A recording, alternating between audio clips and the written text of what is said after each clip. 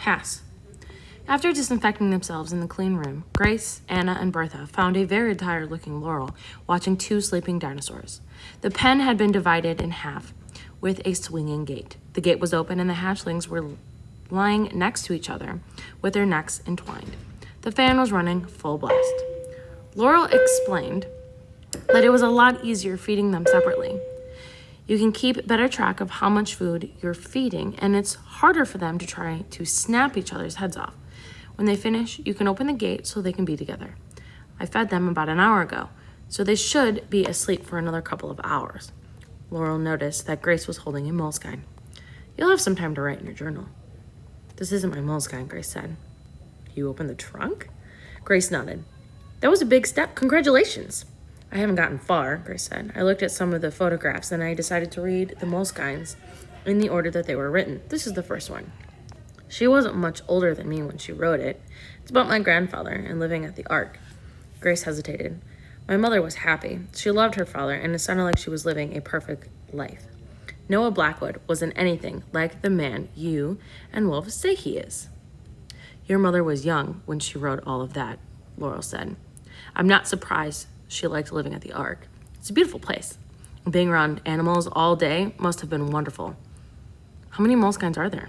32. I suspect things will change drastically in the later moleskines, Laurel said. She probably hadn't figured out who her father really was yet. What are you two talking about? Anna asked. Grace told her about her mother's trunk.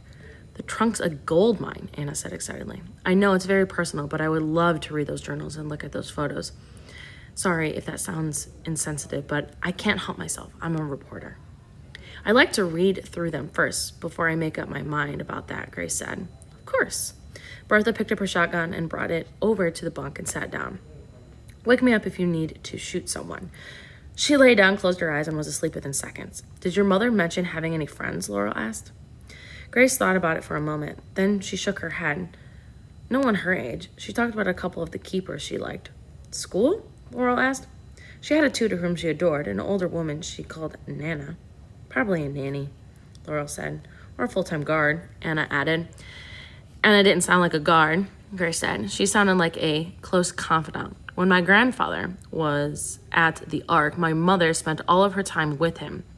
When he was away, she missed him terribly. Do you remember the conversation Wolf and I had when I first arrived on Kryptos? Laurel asked. Grace nodded. She had been hiding up in the balcony of the library, eavesdropping on them. He called my grandfather a wolf in sheep's clothing, she said, not mentioning that after reading the first 50 pages of her mother's moleskine, she was beginning to wonder which man was the wolf. Just remember, Anna said, Butch McCall is Noah Blackwood's thug. He tried to throw your cousin over the side and probably succeeded in throwing Roy over. I have been investigating him for years. Noah Blackwood is a monster. Laurel gave Anna a cross look. Grace needs to make up her own mind. She turned to Grace. It took courage to open that trunk, to explore your past. I'm proud of you. Pretty soon, you won't have any fears to overcome. That's not likely. Right now, I'm worried sick about Marty going down into the canyon in that orb. He'll probably provide me with new fears for the rest of my life. What's an orb? Laurel asked. Anna switched on the monitor. The Aquanauts had reached the point of complete darkness, and Ted had switched on the orb's lights. A great white, Dr. Leopold said. I see it, Ted said. The shark swam straight at them with its mouth open in a toothy grin. Marty flinched as it gave the orb an exploratory nudge, then backed away. It's going to hit us again, Leopold said. Ted responded by turning on an electrical field. The great white did hit them again, and a lot harder, but as soon as it touched the pod, it did a complete backward somersault and shot away from them like a bullet. Ted chuckled. I love great whites, but they aren't the brightest bulbs beneath the sea. I set the field to its lowest setting, but that should be enough to discourage it from snapping a gold beach balls from the rest of its life. Ted was right. The shark did not come back for thirds. What happens if you turn the field up to full power? Marty asked. Death, Ted said, but worse, it's in the pulse matrix. Hopefully, we won't have to use that. It will kill everything within 50 yards of us. But I would rather eject than use that option. Eject? Marty and Leopold said at the same time.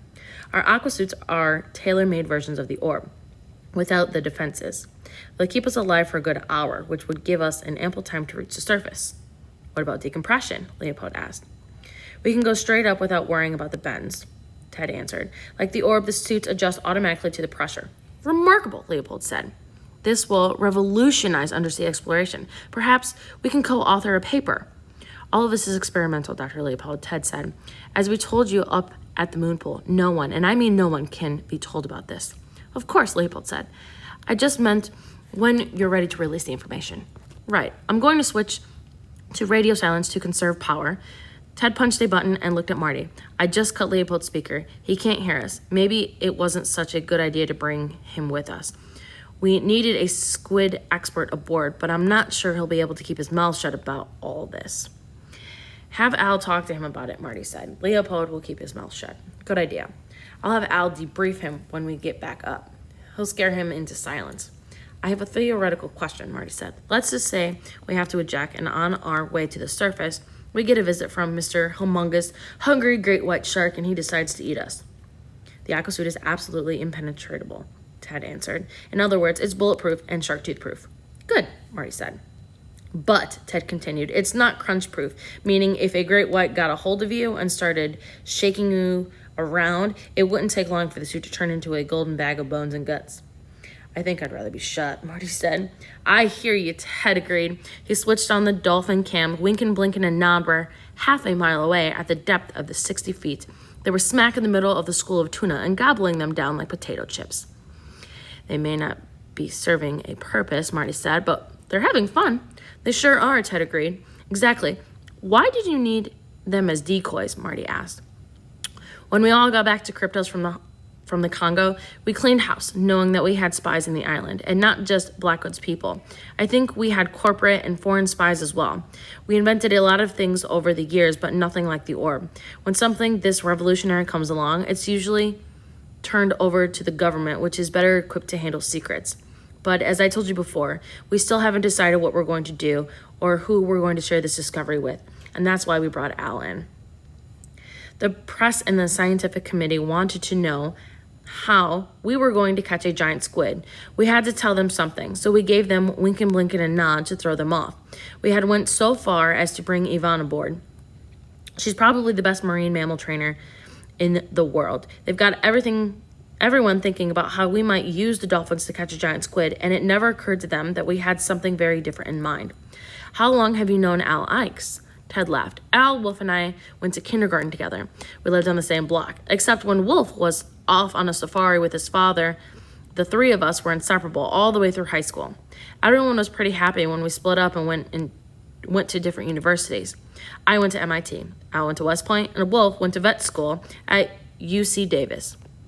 But even though we were pursuing different interests in different parts of the country, we stayed in close touch, getting together whenever we could and getting into a lot of trouble together, just like when we were kids. So you knew my mom when she was a kid. Oh, little Sylvia, Ted said. Al had a crush on her his whole life and was devastated when she married Timothy. Wolf's dad didn't take her on a safari, so she filled in as the third troublemaker when Wolf was away. I was a little sweet on her myself, if you want to know the truth. She had as much grit as her big brother, maybe more. Marty didn't want to think about his parents in the past tense. How did you end up on Cryptos Island, he asked. Al was behind all that. He hasn't always worn a three-piece suit. He was recruited by the Central Intelligence Agency right out of West Point. Something came up that he needed Wolf's and my help with, but I think it would be better for Wolf to give you the details than me. All I can say is that the three of us got into trouble again, but it worked out well for everyone, including the U.S. government. Now, let's get back to work. We have a squid to catch, and the sooner we get it, the sooner we will be able to get away from Blackwood. I'm going to run a systems check. Ted started flipping switches and pushing buttons. That's not good. What's the matter? Marty asked. Hopefully nothing, Ted answered. We're having a communication glitch with the colon cough. He turned on Leopold's helmet speaker. Have you touched any buttons back there, Dr. Leopold? No, Leopold said. I've just been enjoying the ride. It's remarkably beautiful. Ted switched off Leopold's helmet again. We have a major problem, Ted said.